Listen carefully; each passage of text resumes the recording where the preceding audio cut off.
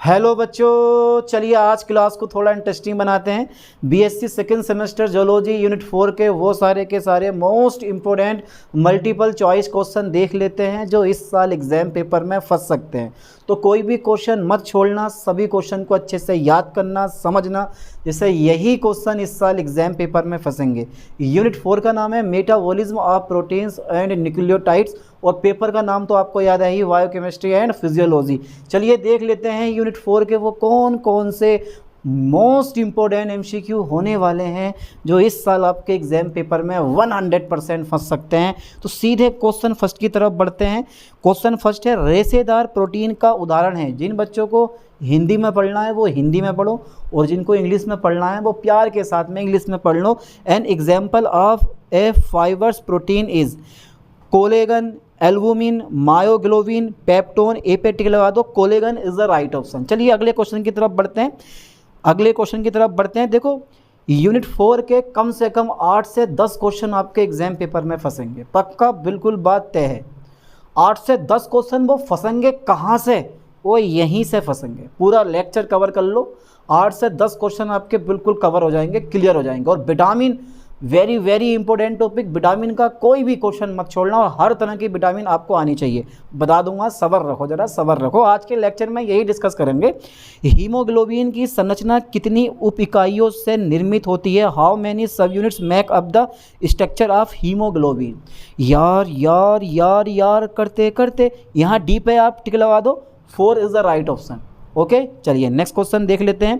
Question number 3 है, proteins में कितने प्रकार के एमिनो अम्ल पाए जाते हैं? वेरी वेरी इंपॉर्टेंट क्वेश्चन, कई बार एग्जाम पेपर में ये पूछा जा चुका है। और जितने भी इस साल यूनिवर्सिटी के एग्जाम पेपर हुए हैं सेकंड सेमेस्टर के, वही आया ही आया है यार। और आपके एग्जाम पेपर में भी कंफर्म है यार। तो प्रोटीन में कितने प्रकार के अमीनो एसिड पाए जाते हैं? मैंने पहले भी बताया था 20 अमीनो एसिड पाए जाते हैं, जिनमें 10 अमीनो एसिड हमारी बॉडी के अंदर होते हैं और 10 अमीनो एसिड की पूर्ति हम भोजन द्वारा करते हैं। अब 10 की याद होनी चाहिए ना, कौन कौन से आवश्यक अमीनो अम्ल है और कौन कौन से अनावश्यक अमीनो अम्ल है, कौन सा सरल अमीनो अम्ल है, ठीक है, ये सब आपको याद होना चाहिए। चलिए अगला क्वेश्चन देख लेते हैं। फिलहाल तो यहाँ ऑप्शन का राइट ऑप्शन 20 है। अगला क्वेश्चन देखो जरा, क्वेश्चन नंबर क्वेश्चन नंबर देखो, डाई सल्फाइड बंध निम्नलिखित के ऑक्सीकरण के कारण बनते हैं, यानी कि disulphide bonds are formed due to the oxidation of the flowing. यहाँ लगा दो cysteine is the right option. Guru Jambheshwar university Moradabad वालों का पेपर आने वाला है 24 को, ठीक है। तो बेटा अच्छे से कवर कर लो, अच्छे से पढ़ लो, यूनिट बाय यूनिट पढ़ा रहा हूँ आप लोगों के लिए, समझ गए। अभी तो फिलहाल 24 को गुरु झम्बेश्वर वालों का, फिर MJPRU वालों का आएगा, उसके बाद CCSU, अरे हर एक यूनिवर्सिटी के एग्जाम पेपर चलने वाले हैं। अच्छे से लेक्चर पढ़ लो बड़े प्यार के साथ में, सारे क्वेश्चन यहीं से फंसने वाले हैं आपके। चलिए cysteine is the right option. अगला क्वेश्चन देखते हैं। क्वेश्चन नंबर 5 है हमारा, नाइट्रोजन मुख्य घटक है। यार nitrogen is a major component of, nitrogen मुख्य घटक है, किस चीज़ का मुख्य घटक है? जल्दी बताओ। प्रोटीन का, ये तो पता ही है। देखो वसा में प्रोटीन नहीं होती, कार्बोहाइड्रेट में प्रोटीन नहीं होती है और खनिज लवणों में भी प्रोटीन होती है, ऐसा नहीं है। लेकिन प्रोटीन ये यानी कि नाइट्रोजन का मुख्य घटक है। कहने का मतलब ये है कार्बोहाइड्रेट में नाइट्रोजन नहीं होता, वसाओं में नाइट्रोजन नहीं होता और खनिज लवणों में भी नाइट्रोजन नहीं होता, ठीक है। यानी कि protein is the right option. अगला क्वेश्चन देख लेते हैं। चलो क्वेश्चन नंबर हमारा 6 है, निम्न में से कौन सा विटामिन रक्त स्कंदन में मदद करता है? Very very important question. निम्न में से कौन सा विटामिन रक्त स्कंदन में मदद करता है?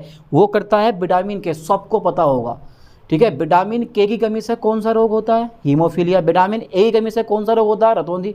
विटामिन बी की कमी से, वेरी वेरी, विटामिन सी की कमी से स्कर्वी। विटामिन डी की कमी से रिकेटस। विटामिन ई की कमी से नपुंसकता और विटामिन के की कमी से हीमोफीलिया, यानी कि रक्का थक्का ना जमना। यार ये बहुत सारे क्वेश्चन जो होते हैं ना, ये एग्जाम पेपर में पूछे जाते हैं। विटामिन सी का रासायनिक नाम क्या है? स्कोर भी कम। विटामिन ए का रासायनिक नाम क्या है? फटाफट बताओ। रेटिनोल। विटामिन ए की मात्रा सबसे अधिक पाई जाती है गाजर में। यार ये ऐसे ऐसे क्वेश्चन पढ़ लो भाई, मज़ा आ जाएगा आपका। तो चलिए यहाँ विटामिन के पे टिक लगा दो। अगला क्वेश्चन देखते हैं 7 के दुनिया भर के बच्चों में अंधेपन का प्रमुख कारण है। अरे दुनिया भर के बच्चों में अंधेपन का प्रमुख कारण है रतौंधी रोग। किस विटामिन की कमी से होता है? फटाफट बता दो जरा मुझे आज। अरे यार, रतौंधी रोग किस विटामिन की कमी से होता है? आप बोलोगे सर विटामिन ए की कमी से। समझ गए, रात्रि का अंधापन बोलते हैं रतौंधी को। चलिए नेक्स्ट क्वेश्चन देख लेते हैं। क्वेश्चन 8 है, निम्नलिखित में से कौन सा रोग नियासिन की कमी से होता है? Pellagra. Pellagra is a right option. ये ठोक दो सी पे, pellagra is a right option. अब पेलाग्रा रोग क्या होता है? अरे यार डॉक्टर हो, जोलॉजी पढ़ ले हो, आधे से ज़्यादा क्वेश्चन तो डॉक्टरी वाले आते हैं इसमें। चलिए क्वेश्चन नंबर 9 देखते हैं। साइटोक्रोम उपस्थित होता है, वेरी वेरी इंपॉर्टेंट क्वेश्चन भाई, बहुत ही इंपॉर्टेंट क्वेश्चन लिए हैं। साइटोक्रोम उपस्थित होता है, cytochromes are present in lysosome में, माइटोकॉन्ड्रियल मैट्रिक्स में, माइटोकॉन्ड्रिया की क्रिस्टी में, या माइटोकॉन्ड्रिया की बाह्य झिल्ली में। Outer membrane of mitochondria is a right option. अब जरा मुझे एक चीज़ बताओ, माइटोकॉन्ड्रियल मैट्रिक्स में क्या क्या होता है? अरे है, माइटोकॉन्ड्रियल मैट्रिक्स में क्या क्या होता है? जो पिछले पेपर मैंने आपको करवाए हैं, पिछले क्वेश्चन मैंने आपको करवाए हैं, उनमें से ये भी क्वेश्चन पूछा गया। समझ गए इस चीज़ को? चलिए अगला क्वेश्चन देख लेते हैं। 10, मुक्त ऊर्जा किस तंत्र द्वारा संरक्षित होती है? Why which system is very energy conserve? वो होती है एनर्जी ट्रांसड्यूसिंग सिस्टम, यानी कि ऊर्जा पारकर्मी तंत्र। ओके, याद हो जाएगा। क्वेश्चन को ना अपने माइंड में फंसा लो, क्वेश्चन को अपने माइंड में फंसा लो। अगर पढ़ा हुआ क्वेश्चन एग्जाम पेपर में आया तो बिना करे तो आप आओगे नहीं, क्योंकि क्वेश्चन आपका पढ़ा हुआ आया। ये सारे के सारे क्वेश्चन में से कितने भी क्वेश्चन फंस जाए ना, आप 100% कर दोगे। क्वेश्चन वो नहीं कर सकते जो आप पढ़ के गए नहीं हो, उसमें आपको दिमाग लगाना पड़ेगा, उसमें तुक्का मारना पड़ेगा। ले तुक्का, दे तुक्का, फिर तुक्का, वो तुक्का, ये तुक्का। समझ गए? पढ़ के गए हो, पढ़ा हुआ क्वेश्चन आ गया तो अपना दिमाग लगा के यार इसका राइट ऑप्शन कौन सा था, हाँ पेलाग रहा था, ले टिक मार दिया, ऐसा करके आप कर दोगे। चलिए नेक्स्ट क्वेश्चन की तरफ बढ़ते हैं मेरे दोस्तों। क्वेश्चन नंबर 11 है, विपरीत अनुलेखन किसने प्रतिपादित किया था? एक चीज़ पे ध्यान देना, एक चीज़ पे ध्यान देना। देखो, पहला फर्स्ट सेमेस्टर के बाद सेकेंड सेमेस्टर में पहली बार आप MCQ वाइज क्वेश्चन देने जा रहे हैं। एक ऐसी ट्रिक बता रहा हूँ जो आपके बहुत से क्वेश्चन सही करवा देगी। जो ऑप्शन आपको सबसे बड़ा दिखाई दे, अगर याद है, आ रहा है तो लगा दो टिक, लेकिन नहीं आ रहा, तुक्का मारना है, तो उस कंडीशन में जो ऑप्शन सबसे बड़ा दिखाई दे बेझिझक टिक मार दो, बोले यार यही राइट ऑप्शन है, घेरा काला कर दो उसका, भाई ये राइट ऑप्शन है। जो ऑप्शन सबसे बड़ा दिखाई दे, ध्यान देना, पता नहीं कितने क्वेश्चन आपके सही जाएंगे। चलिए अगला क्वेश्चन देखते हैं। विपरीत अनुलेखन किसने प्रतिपादित किया था? Who propose reverse transcription? Who propose reverse transcription? जल्दी बताओ फटाफट, यही से जल्दी बताओ बेटा, किसने प्रतिपादित किया था? विपरीत अनुलेखन किसने प्रतिपादित किया था? तो यार वो किया था टेमिम एवं बाल्टीमोर ने। अबे इनका नाम क्या है यार? नाम क्या क्या है इन साइंटिस्ट लोगों के? ये देखो तुम, टेमिम एवं बाल्टीमोर, क्या नाम है रे, क्या बनेगा रे तू। क्वेश्चन नंबर 12 देखो, यूरिया चक्र कहाँ होता है? फटाफट बताओ तो, यही से राइट ऑप्शन कौन बताएगा? यूरिया साइकिल कहाँ पर होती है? लीवर में। कहाँ पर होती है? ये लीवर सेल, यानी कि लीवर कोशिकाओं में। ठीक है, ये तो क्वेश्चन पेपर में पूछता ही पूछता है 100%। आंधी टले तूफान टले यार, पर ये क्वेश्चन न टले, मैं सही बता रहा हूँ बिल्कुल। चलिए नेक्स्ट क्वेश्चन की तरफ बढ़ते हैं। क्वेश्चन नंबर 13 है, यूरिया चक्र में उत्पादित यूरिया के नाइट्रोजन परमाणु ... से प्राप्त होते हैं। ज़्यादा नहीं, आज के लेक्चर में कुल 38 क्वेश्चन लिए हैं, समझ के, ज़्यादा क्वेश्चन मैंने लिए नहीं है। यूरिया चक्र में उत्पादित यूरिया के नाइट्रोजन परमाणु ... से प्राप्त होते हैं, तो वो प्राप्त होते हैं बेटा नाइट्रेट से। कैसे प्राप्त होते हैं? Nitrate is the right option. एक बार जोर से बोलो, किससे प्राप्त होते हैं? नाइट्रेट से। अब आपकी बारी है, अगला क्वेश्चन पढ़ूंगा मैं और आंसर बताओगे आप। देखते हैं किस में है कितना दम, जम के रखना कदम। निम्नलिखित में से कौन एक आवश्यक एमिनो अम्ल नहीं है? आवश्यक, मैंने बताया था देखो 10 आवश्यक एमिनो अम्ल है और 10 अनावश्यक एमिनो अम्ल है, और वो आपको याद होने चाहिए। और 2 जो हैं वो इन्हीं में से ही 2 ऐसे भी होते हैं जो अर्ध आवश्यक अम्ल होते हैं, आर्जिनिन, और एक और होता है, बताओ कौन सा होता है? भाई तुमने कुछ याद ना करा। निम्नलिखित में से कौन एक आवश्यक एमिनो अम्ल नहीं है? बताना है, नहीं है। तो देखो 3 इसमें आवश्यक एमिनो अम्ल है, लेकिन जो ये ग्लाइसिन है ना, ये जो है ये आवश्यक एमिनो अम्ल ना होकर कौन सा होता है? अनावश्यक एमिनो अम्ल होता है, LV। ठीक है, यानी कि एक ग्लाइसिन हो गया और एक विलाइन भी होता है। चलो कोई बात नहीं, तो glycine is the right option. अगला क्वेश्चन देखते हैं। 15वां देखो जरा, न्यूक्लियोसाइड में ... होता है। जितने भी न्यूक्लियोसाइड होते हैं, तो न्यूक्लियोसाइड बेस प्लस शुगर इकाई को आप न्यूक्लियोसाइड कहते हो, तो बेस प्लस शुगर है ये वाला, ए पे टिक लगा दो। क्षार प्लस शर्करा इज द राइट ऑप्शन। अगले क्वेश्चन की तरफ बढ़ते हैं कि राणा नहीं, वो वाला राणा नहीं है ये।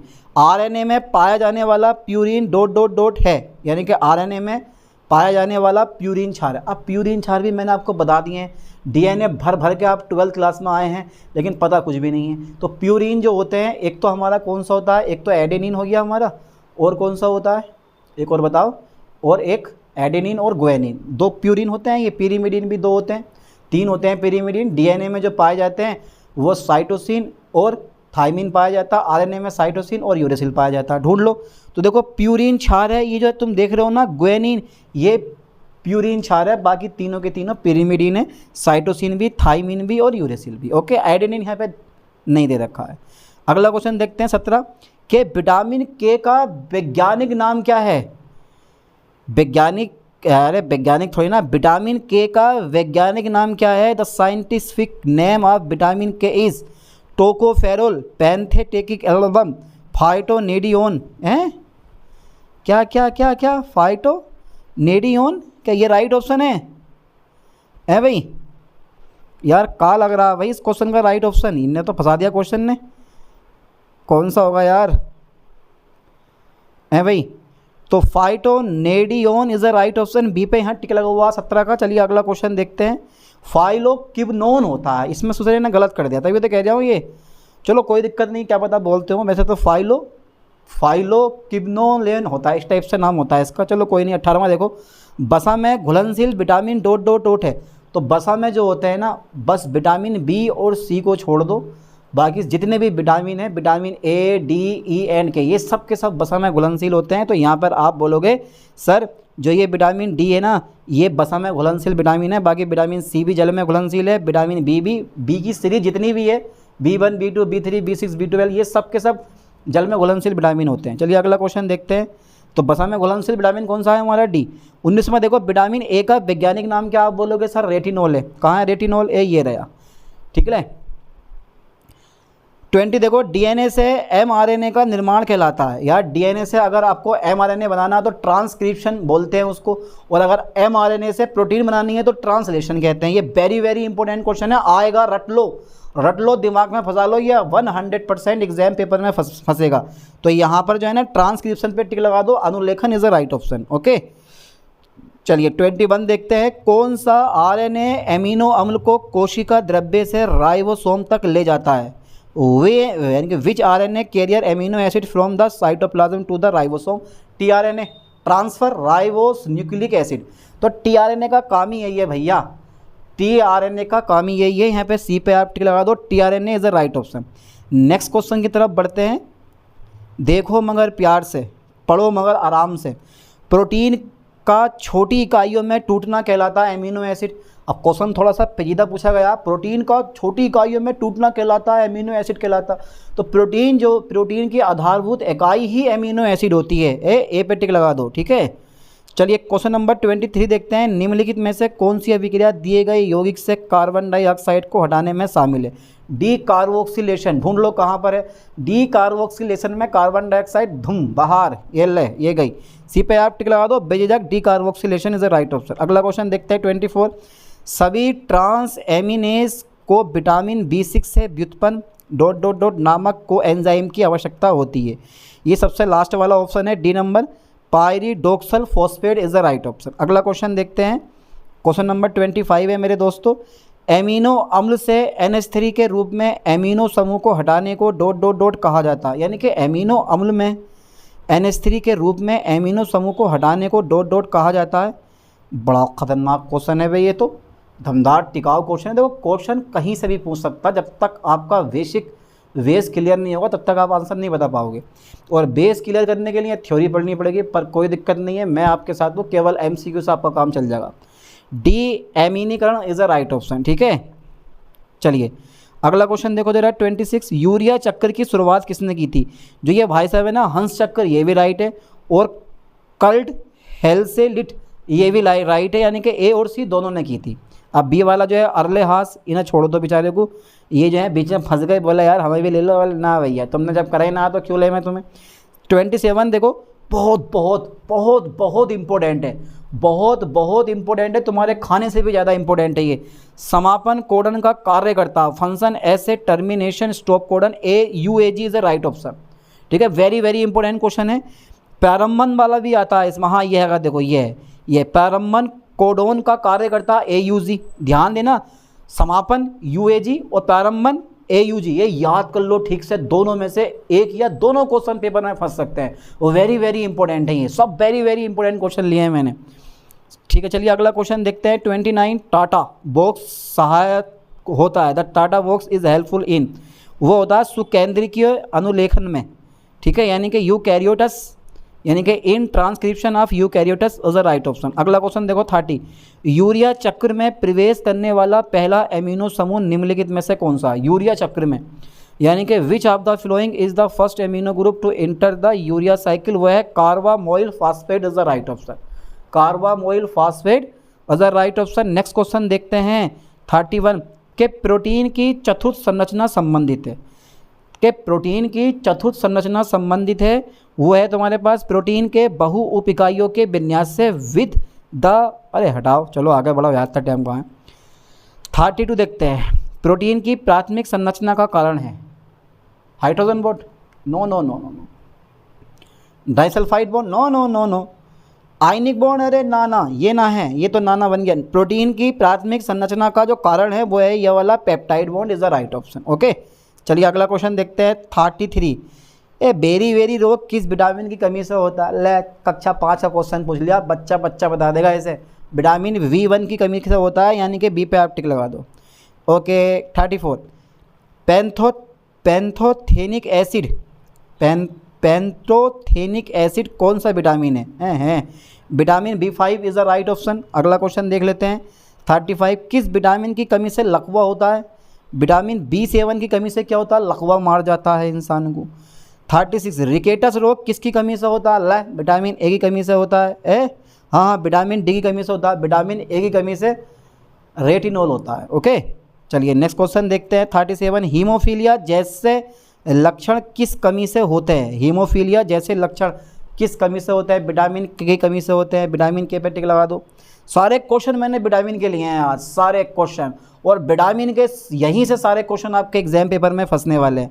31, नियासिन है, तो नियासिन जो होता है विटामिन B3 होता है। ओके, बस इससे आगे ना है, आगे मत देखो, क्वेश्चन यही है, बस हो गए पूरे 38 क्वेश्चन हो गए। ठीक है, ये यूनिट भी हमारी फिनिश हो गई। सारे के सारे मैंने मोस्ट इम्पोर्टेंट, इस यूनिट के मोस्ट इम्पोर्टेंट MCQ के लिए हैं। बस पढ़ना है, समझना है, याद करना है और एग्जाम पेपर में बैठ जाना है, क्वेश्चन आपका पढ़ा हुआ मिलेगा। ठीक है, चलिए मिलते हैं नेक्स्ट वीडियो में नेक्स्ट लेक्चर के साथ। थैंक्स।